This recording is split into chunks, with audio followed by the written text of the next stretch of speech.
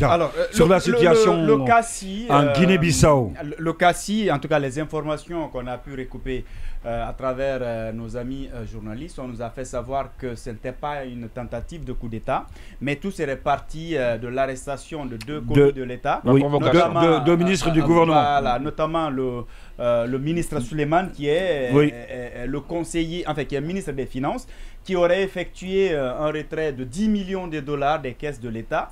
Donc il a été interpellé et dans les environs de 22 h, il y a donc la garde nationale qui a décidé de réagir, je ne sais pas pour quel motif.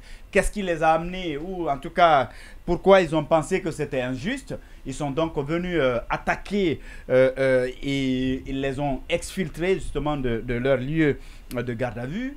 Et après, ils sont retranchés dans une caserne.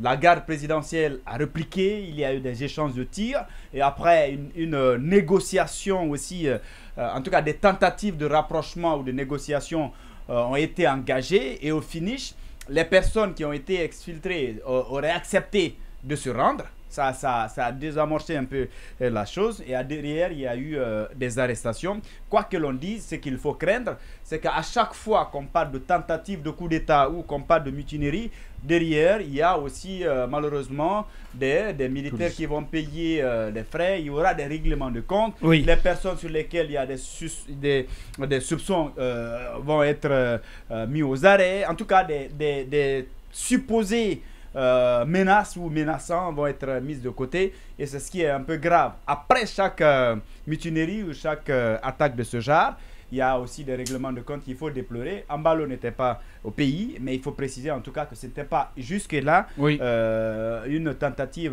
de coup d'État. Il y a eu des arrestations et on espère simplement que les gens seront mis devant leurs responsabilités. Devant leurs responsabilités, comme l'annonce donc l'armée qui dit que la situation est sous contrôle et que le calme donc serait revenu de ce côté. De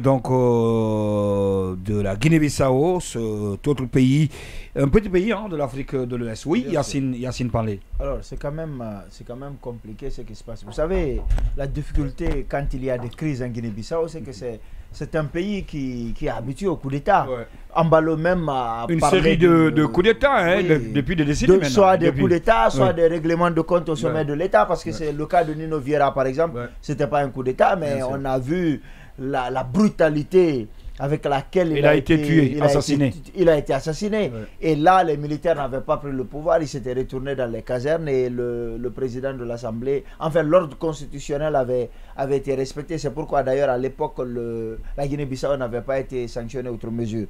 Donc c'est un pays qui est habitué à ce genre de crise. Donc, rappelez-vous, Ambalo, quand il est arrivé, il y a eu une tentative de coup d'État. C'est pourquoi d'ailleurs il y a des soldats de la CEDEAO qui sont allés pour l'aider à un moment donné pour empêcher qu'il ne soit renversé facilement. C'est très compliqué. C'est très compliqué. Je pense que ça relance aussi la question sur le rôle de l'armée, sur le niveau en fait d'intellect.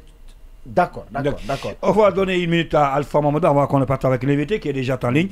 Alpha, une minute sur la situation en Guinée-Bissau. Moi, je pense qu'il n'y a pas eu tentative de coup d'État. Ça a été clair, c'est des problèmes internes. Et à partir de ces problèmes internes, on sait quand l'armée commence à tirer entre elles, ça peut tous dégénérer, malheureusement. Mais moi, qu'est-ce que j'ai envie de dire? Quand le président Ambalo dit qu'il est prêt pour une force africaine, sachez que la Guinée-Bissau n'a que 1 838 000 habitants.